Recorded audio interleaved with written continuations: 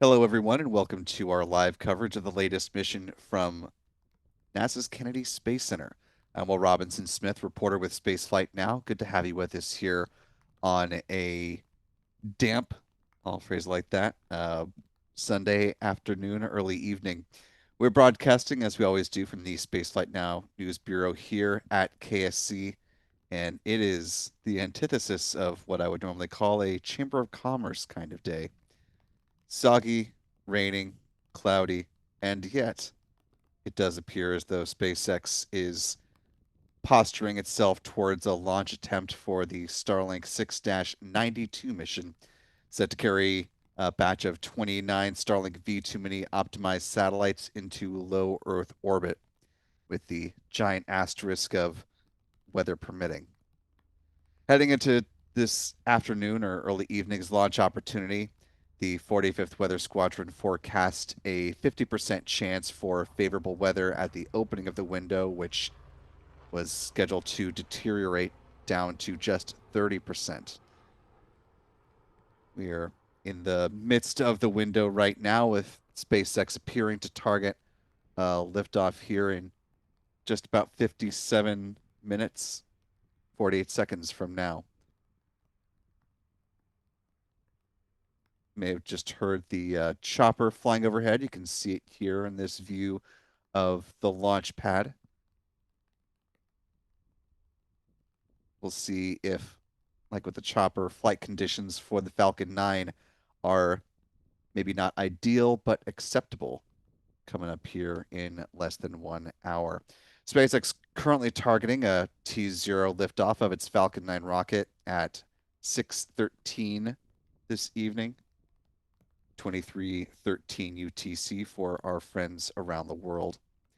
Speaking of our friends around the world, we've got a little more than 830 of you watching along with us live here today. Certainly appreciate you hanging out for a little bit.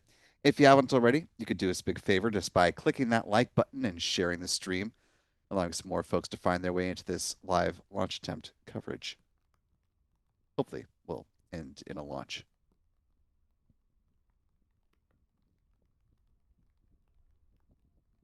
Appreciate our moderator, Rick Donner, being back with us once again alongside Astro Joe.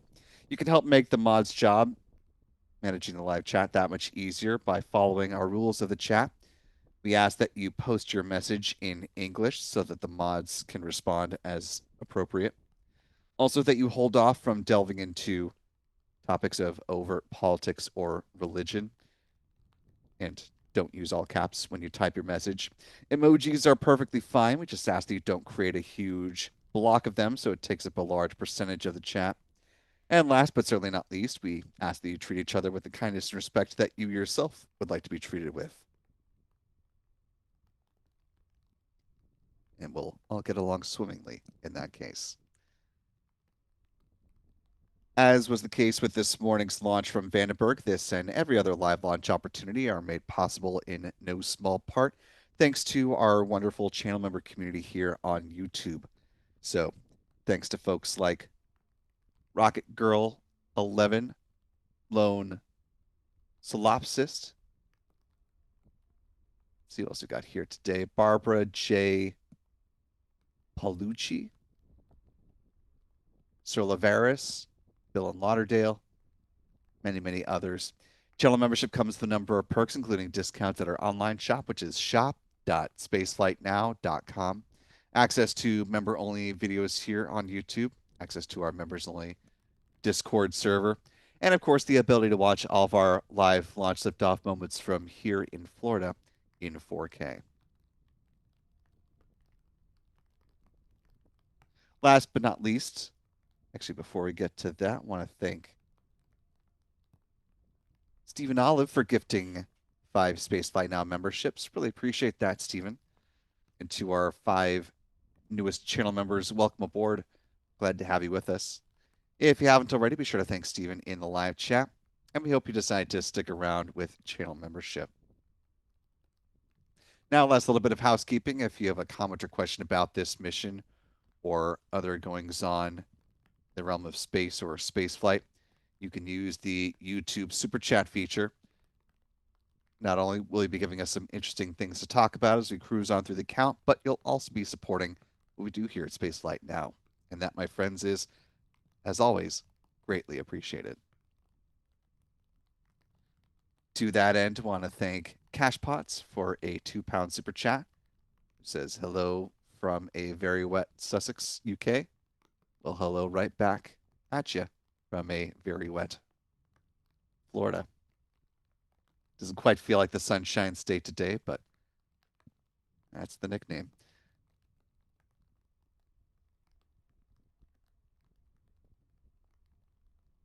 Also want to thank Jonathan Stonks for $2 super chat. A little bit of baiting says, want to talk about religion and politics? Well, the good news there is there are plenty of politics and religion centered YouTube channels. However, this is not one of them. Although to slightly go against my own uh, policy here, or our own policy here, for just a fraction of a second, worth noting, given its relevance to what we cover here at Spaceflight Now, come tomorrow afternoon, early evening, scheduled for 5:30, is a reconvening of the Senate Commerce Committee here in the United States, where, among other pending nominations, the committee is set to vote on the nomination of Jared Isaacman for the position of NASA Administrator. If voted favorably out of committee, as he was the first time earlier this year, Isaacman would then go to a vote in front of the full Senate. The timing of that, though, is TBD.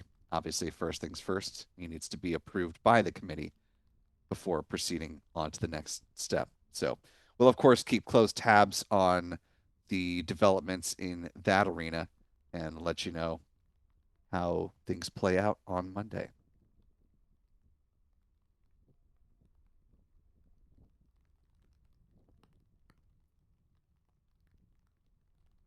The man in the chair for this launch is Mr. John Pisani, who is assisted by our Spaceflight Now editor, Stephen Young. Adam's got the soggier duty today, running out about making sure all of our cameras are in focus and framed up nicely, as we're hopeful that we can employ his keen eye and tracking ability for the flight of this Falcon 9 rocket in just about 51 and a half minutes. Being told behind the scenes his current duties today is as chief lens wiper. If the Falcon 9 rocket does launch today, we want to give you the clearest and best views of the rocket. So all of the microfiber cloths are in Adam's good hands this afternoon. If you're not following our photographers on X, you can find them at their handles here on your screen. The aforementioned Adam is at Aburn NYC. John is at John Pisani Photo. Michael is at MD Kane Jr. And be sure to follow Spaceflight Now simply at Spaceflight Now. You can find us on Threads, Blue Sky, and Facebook if you are not on X and want to check us out on another platform.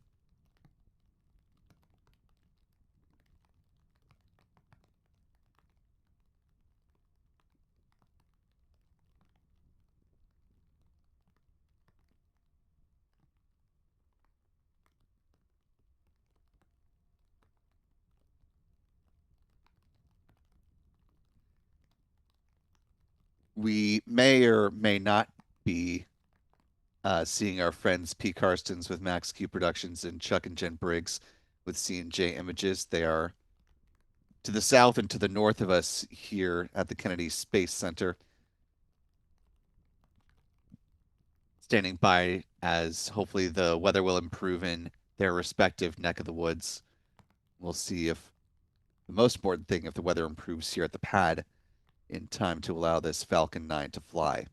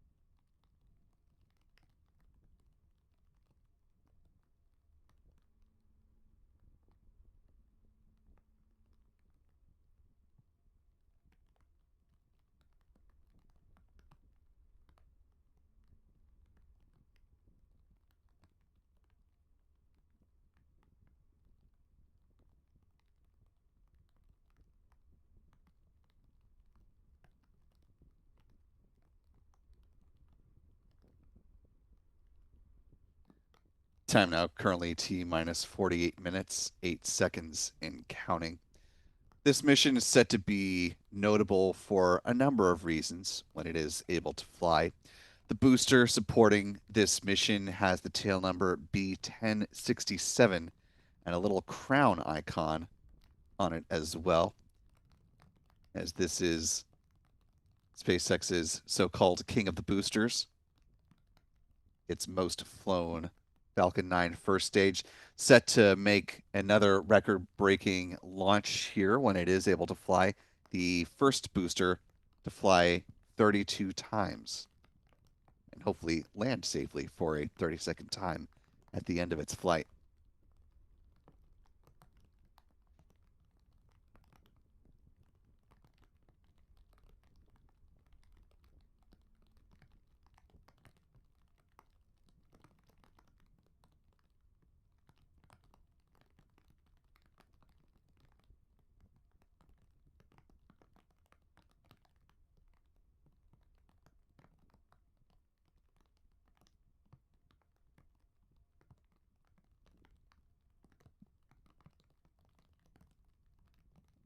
Also, with the payload of 29 Starlink satellites on board this rocket, by our count, when those are deployed, SpaceX will have launched and deployed its 3,000th Starlink satellite this year alone.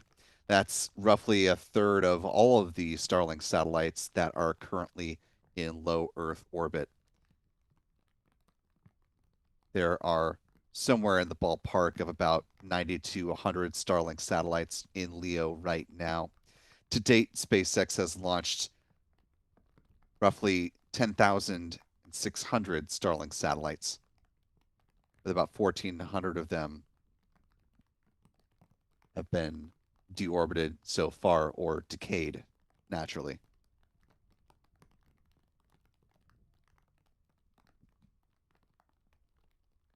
Part of what SpaceX talks about as far as being a good steward of low Earth orbit is that it intentionally tries to deorbit its Starlink satellites when they're nearing the end of their operational lifetime or if they experience any issues after deployment, and that they're made up of materials that are designed to burn up upon reentry so that very little, if anything at all, survives the reentry process.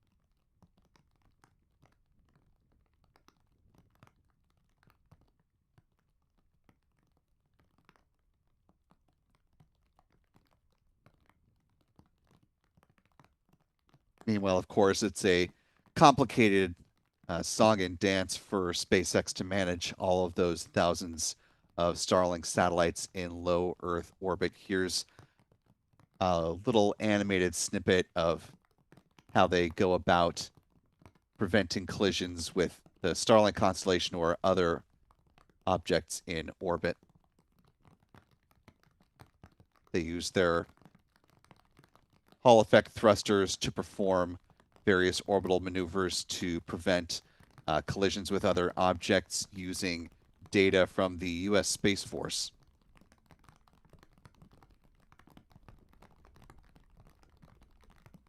And their catalog of all of the orbital objects and operational pieces of debris, both operational and non-operational objects in low Earth orbit.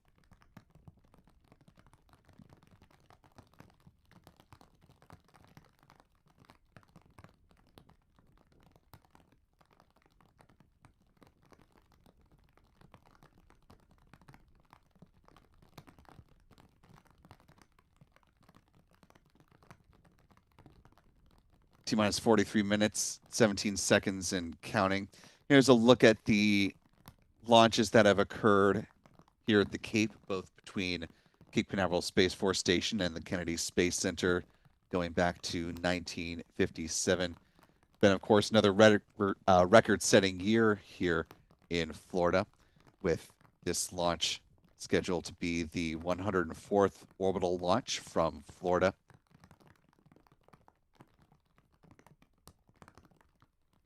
And of course, with this booster making its record-breaking flight, we'll have a notable change here on our list of Falcon 9 frequent flyers.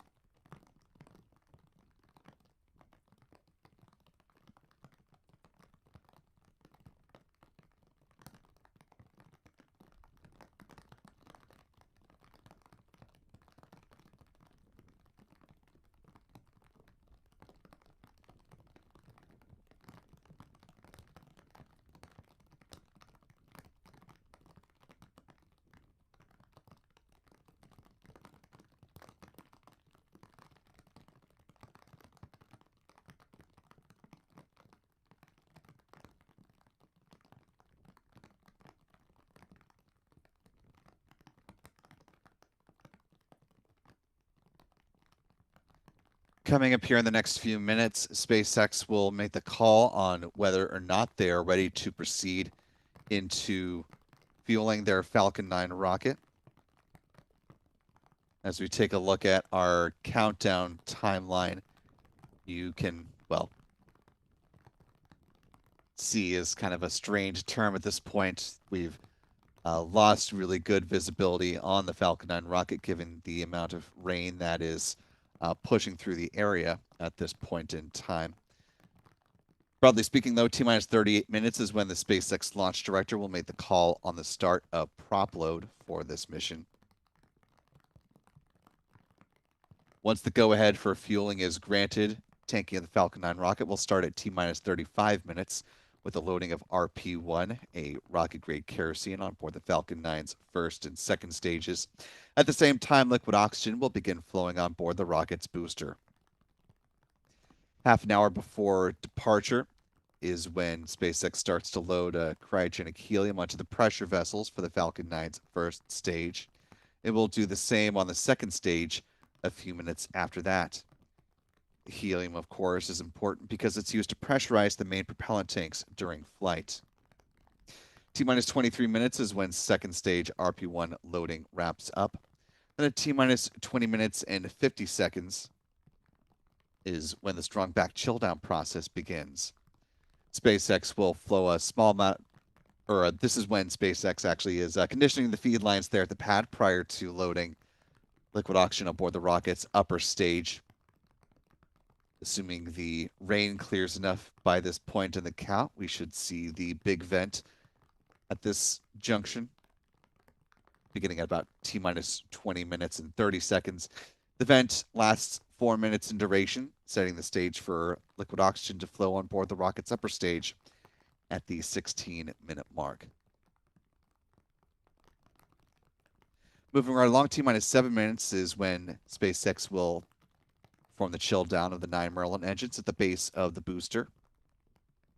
It's at this point that they flow a small amount of liquid oxygen through the plumbing and turbo pumps, helping to protect those engines from the risk of thermal shock and damage during startup. 6 minutes before flight, the first stage kerosene tank should be full. Then at T-minus 4.5 minutes, we'll see the strong back retract begin. At this point, we'll also have pad-level views of the Falcon 9 rocket, so assuming that SpaceX is still progressing towards a liftoff at that point in the count as things currently stand, the pad-level views will provide a far less obstructed view, hopefully, than our cameras at a distance, given the amount of rain. We'll see the strong back retract following the opening up of the clamp arms. And that strong back will recline just a few degrees away from the Falcon 9 rocket, and it'll stay in that position until liftoff.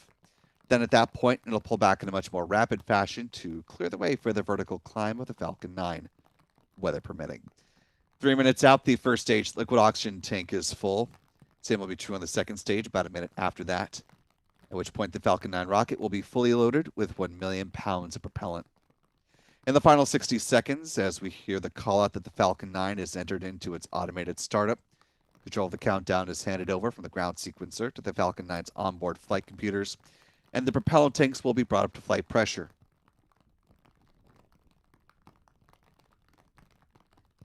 SpaceX launch director, if they are in fact ready to do so, will pull that they are a go for launch. T-minus 45 seconds. The engine ignition command will be given at T-minus 3 seconds. And if all 9 Merlin engines are healthy and ignite as expected, the command will be given for the hold down clamps to release the Falcon 9 rocket for a T0 liftoff. Once again, currently targeting, well, as I speak, SpaceX may be updating their T0 right now. Stand by. Looks like the clock has paused at T-minus 37 minutes and 30 seconds. We're assessing to see if there's a new T0.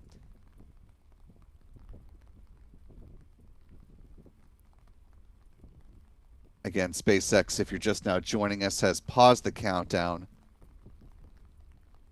prior to the start of fueling. You're looking at a live radar loop with a band of very nasty looking storms streaking across the Florida peninsula while the rocket is traveling on a southeasterly trajectory. Once it leaves the pad, it does have to have good enough weather to allow it to leave the pad.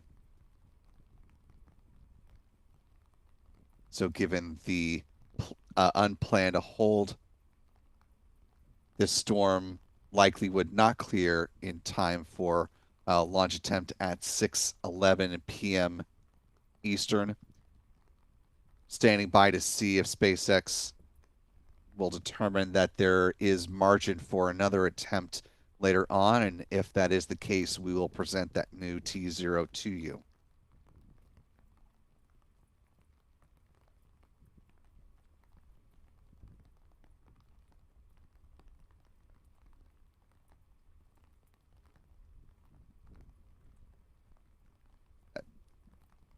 Sorry, I misspoke. The previous T0 was 6:13, not 6:11, but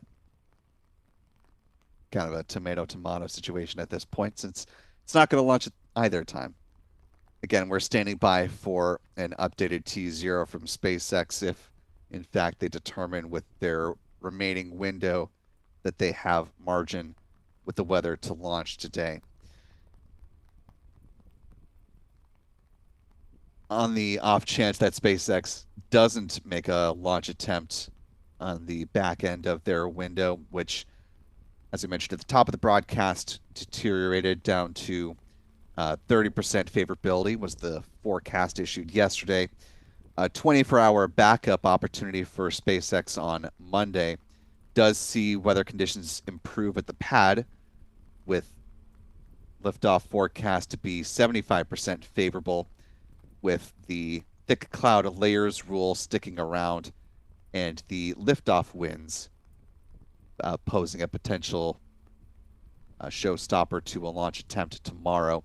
Both the cumulus cloud and anvil cloud rules clear out for a launch attempt tomorrow. However, one more wrinkle to present: the booster recovery weather in a 24-hour turnaround option goes from a low risk today to a highlighted low to moderate risk tomorrow. So lots of elements to consider for SpaceX and the meteorologists over at the 45th Weather Squadron. A new T0 has been set.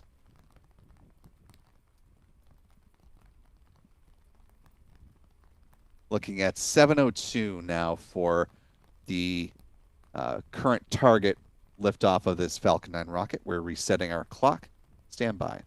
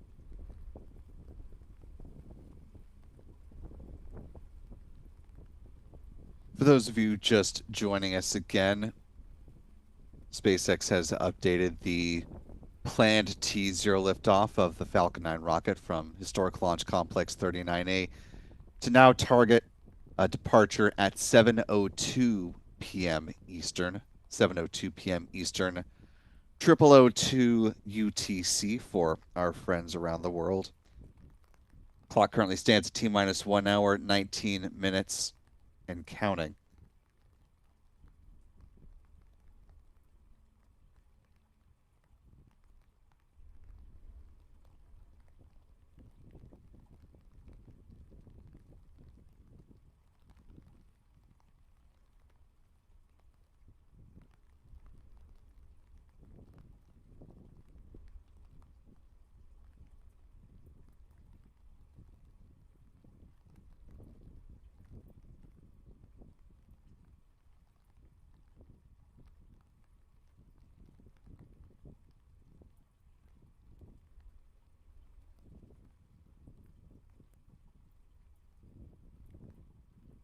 Today's launch window lasts until about 8:40 p.m. Eastern tonight, 0140 UTC. So still a number of potential opportunities for SpaceX to pivot throughout the course of their launch window available to them today, but just by looking at this radar loop, doesn't seem like there's a whole lot of margin for conditions to improve if that rain band moving across the state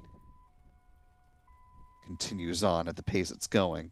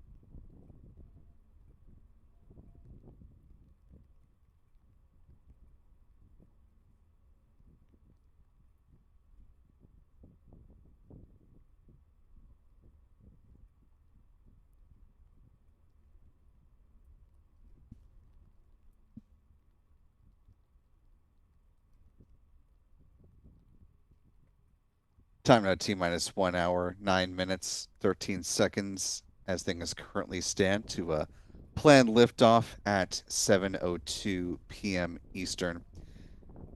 We mentioned the forecast from the 45th Weather Squadron. Let's go ahead and just give y'all a look at what we were talking about.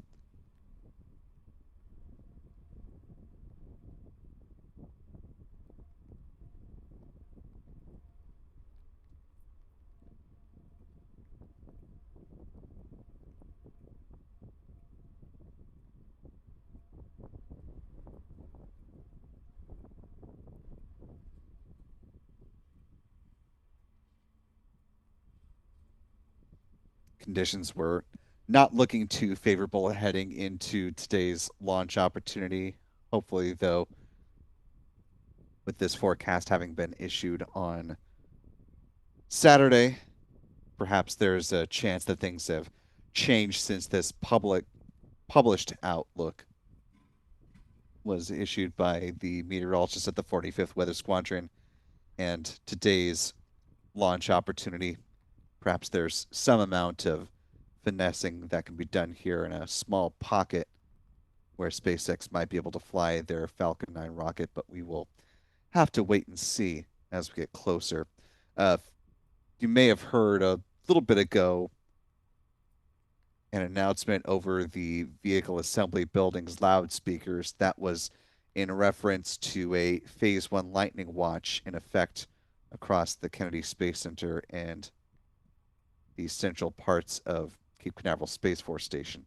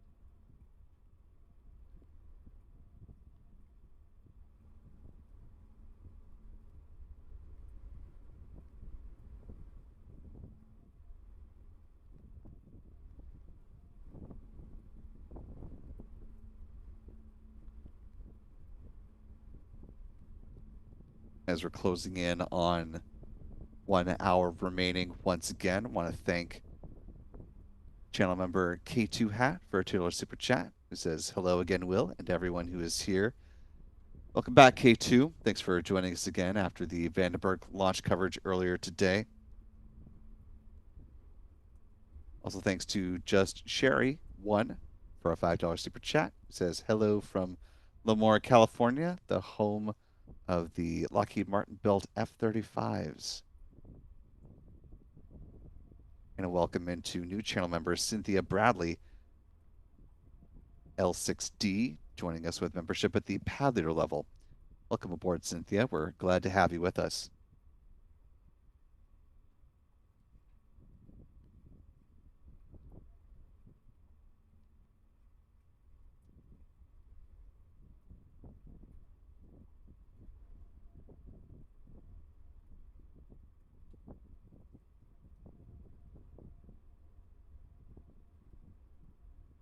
Given that we're less than 20 minutes away from the original announced T0 time, or the most recently announced one before the shuffle by SpaceX. If you are just joining us, SpaceX did need to adjust the Plan T0 of the mission today, likely due to some nasty weather that's moving across the Florida Peninsula as we speak.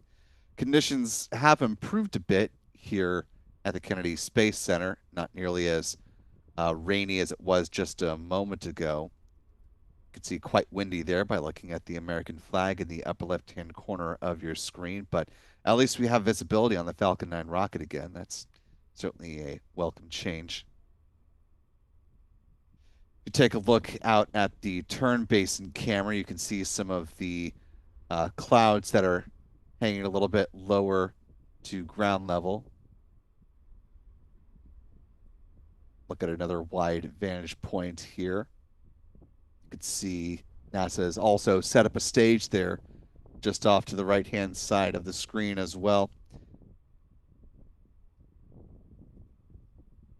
Given that NASA doesn't have any more missions scheduled for this year, that may be them setting the stage, literally and figuratively, for the upcoming rollout of the Space Launch System rocket and Orion spacecraft ahead of the Artemis 2 mission, which currently has a no earlier than date of February 5th.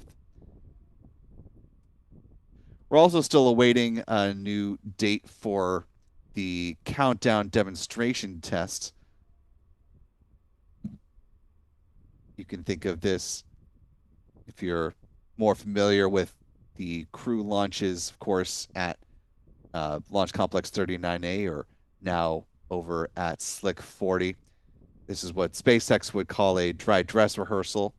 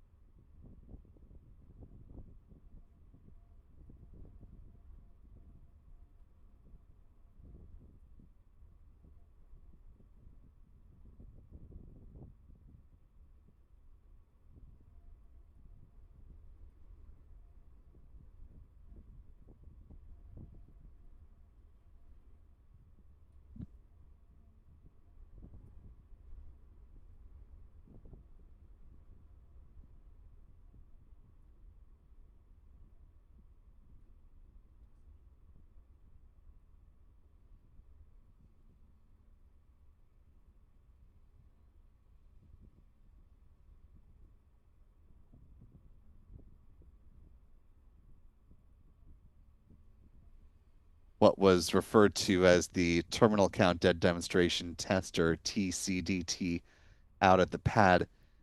This countdown demonstration test, or CDT, will be performed inside the vehicle assembly building, and it'll be an operation where we'll see the 4 astronauts of the Artemis 2 mission in their flight suits leave the Neil Armstrong Operations and Checkout building, make the trip over to the VAB, where they will then ride up to their Orion spacecraft named Integrity.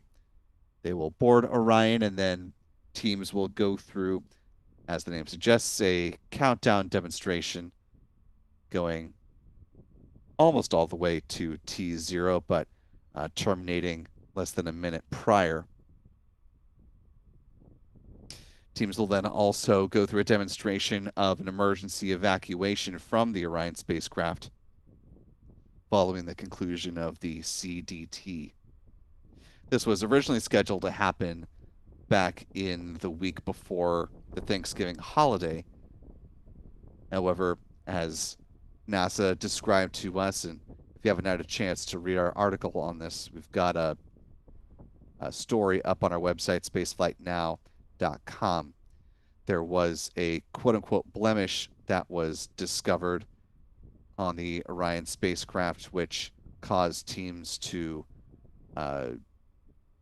shuffle things that came up during a closeout demonstration of the Orion spacecraft.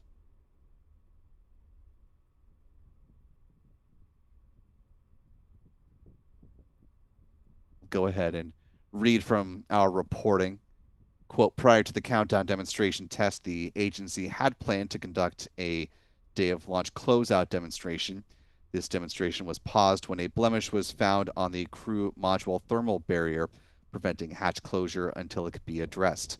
A repair was completed on November 18th, allowing the closeout demo to successfully complete on November 19th. To allow lessons learned from the closeout demo to be incorporated into the planning for the countdown demonstration test, the decision was made to proceed into water servicing next and place the countdown demonstration test after this servicing completes. End quote. Since receiving that statement from NASA, we've reached back out to the agency for further clarification about when the CDT is scheduled to happen. We have not received a date on that as of yet. Also asked for a little more color regarding the water servicing work that was mentioned in the statement. So far, we have not received a response to our request for comment on that matter either. But we'll continue to keep you posted on updates for the Artemis 2 mission as it progresses, and certainly when both the countdown demonstration tests are scheduled, when that's completed, and when the rocket and spacecraft are ready and, of course, in position to move out to make their roughly 4 mile journey over to the pad at Launch Complex 39B. You're looking live right now at the vehicle assembly building. The bright tower of lights that is to the right of this iconic building, that is the structure similar to the one inside the VAB, which is currently supporting the rocket for the Artemis 2 mission, but that is the mobile launcher number 2, which is taller and designed to support the next block upgrade for the Space Launch System rocket, which will start launching beginning with the Artemis 4 mission. Unlike the first 3 flights of the Artemis program, starting with Artemis 4, NASA will no longer use the interim cryogenic propulsion stage, or the ICPS, which is manufactured by United Launch Alliance, and instead they will be using the currently in development and construction exploration upper stage.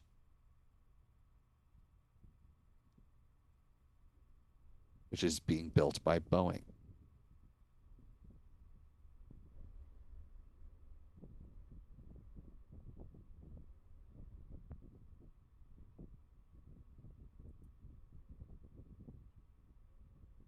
The exploration upper stage, unlike the ICPS, which uses a single engine from Aerojet Rocketdyne, the EUS, or exploration upper stage, is powered by 4 RL-10C-3 engines.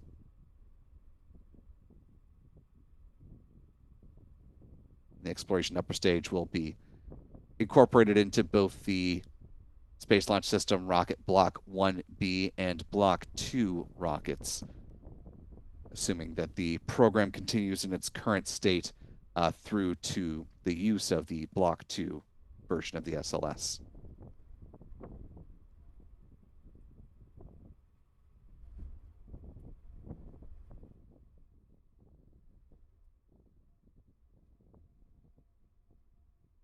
Taking a look at our live chat, I see we're joined by another one of our moderators here, Callistia Lee. Good to see you.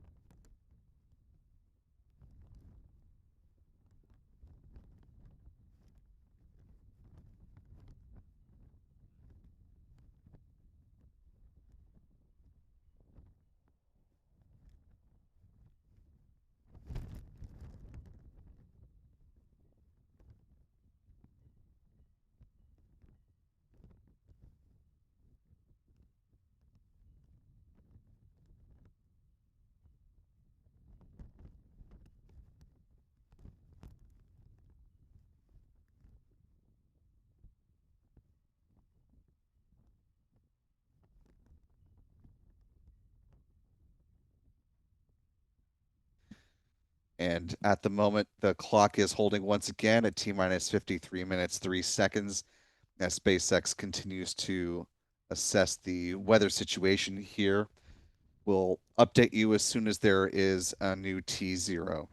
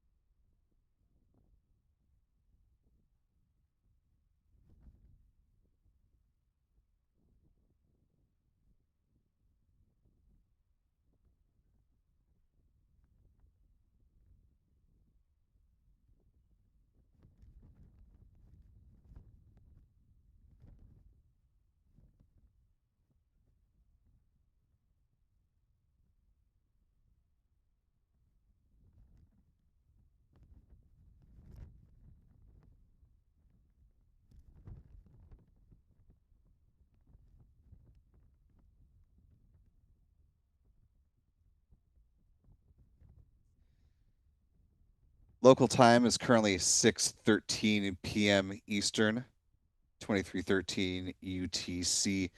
For those of you who are just tuning in, if you had set a timer for yourself and were hoping to see a Falcon 9 rocket liftoff, well, I'm sorry to say that you're plumb out of luck at the moment.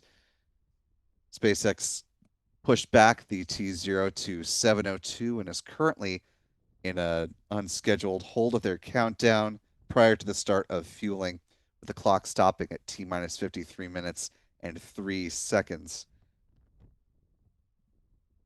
Teams assessing the next available launch opportunity if they feel like there's enough of potential to be able to launch tonight. Of course, if SpaceX publishes a new T0, we will update our clock and bring that to you as soon as possible.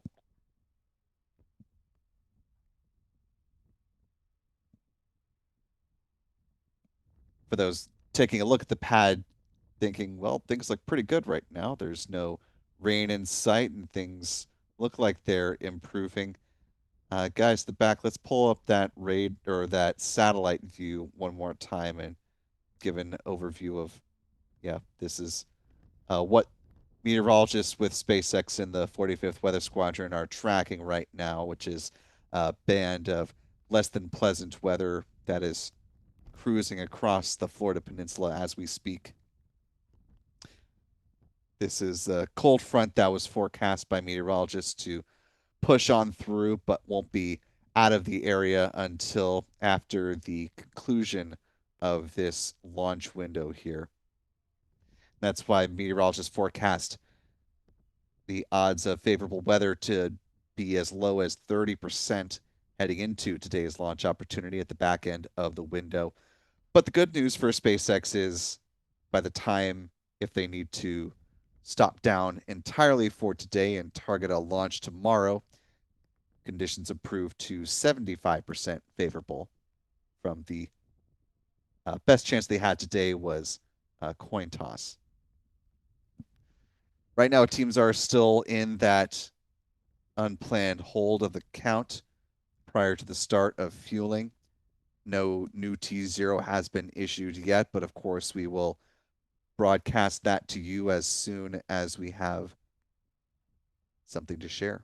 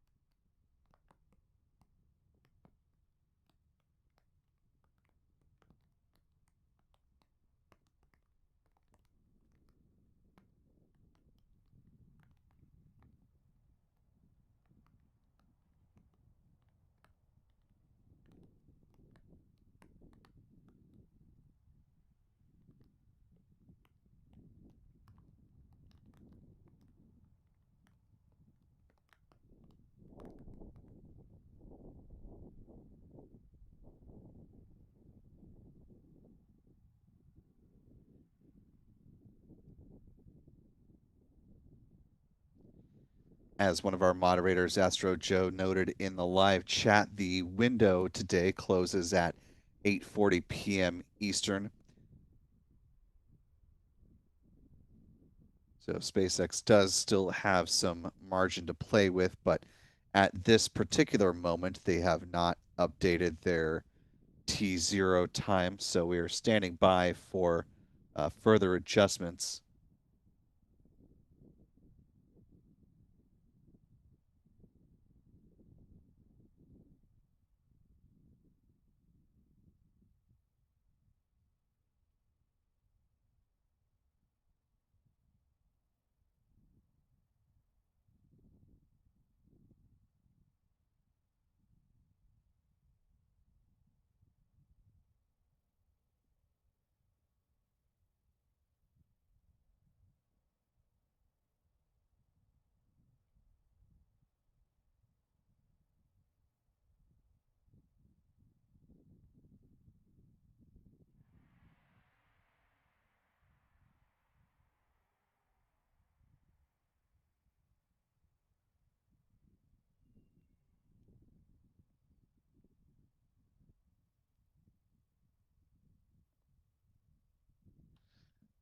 Local time now 6:19 p.m. Eastern. We are starting to see some additional venting from the strong back and from the vehicle potentially. You see just beneath the inner stage of the rocket above the Falcon 9 logo, you can see some wisps of vapor, or you could till just a second ago. Still seeing some ground venting as well. This may be SpaceX going through their process of safing various systems, and this could be a visual cue of them calling the ball game here. We will continue to stay with you until we're more certain of the status of this mission, and of course, we'll let you know just as soon as we have a more definitive posture on this.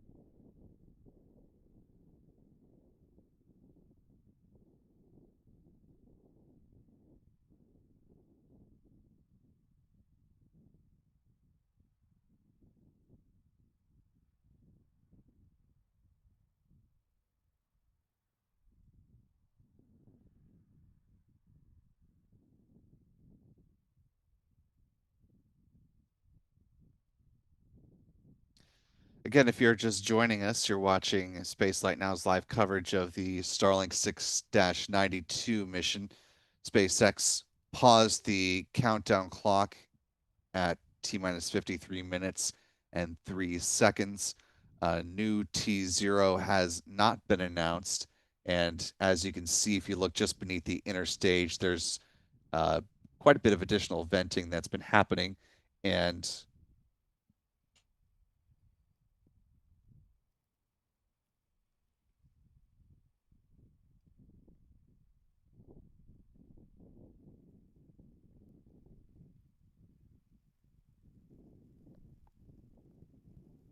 this is per the Brevard County Emergency Operations Center. Quote, we have deactivated our launch operations support team after a scrubbed launch of the SpaceX Falcon 9 rocket, end quote.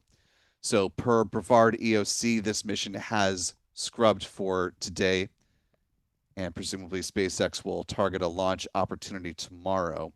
SpaceX themselves have not issued a statement confirming that they are scrubbed, but this is coming from the Brevard County EOC, or the Emergency Operations Center, which activates in support of all launch operations from the Kennedy Space Center and Cape Canaveral Space Force stations. So, pretty reliable source that this mission has scrubbed today.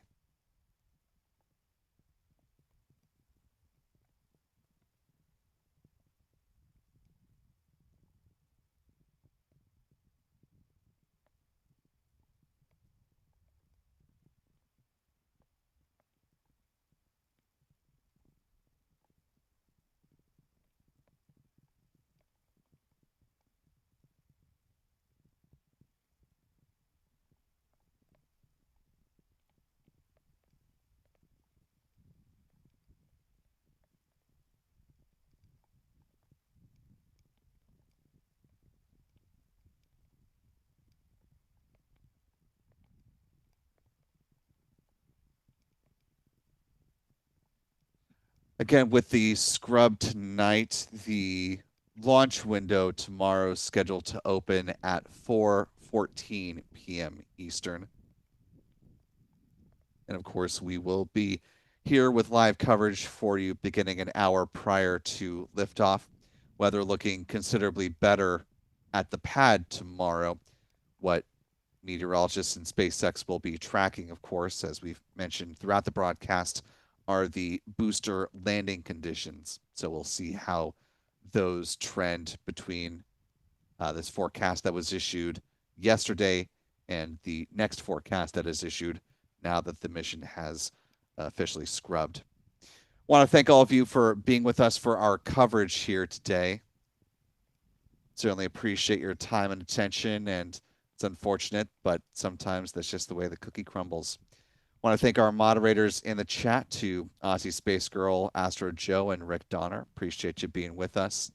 Thanks as well to our friends Pete Karstens with Max Q Productions and Chuck and Jen Briggs for being on standby.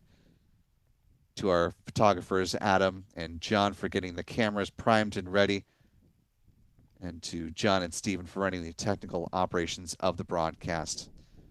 For all of us here at Spaceflight Now, I'm Will Robinson Smith. Remember, be good to yourselves, be good to others, and we will see you next time, folks.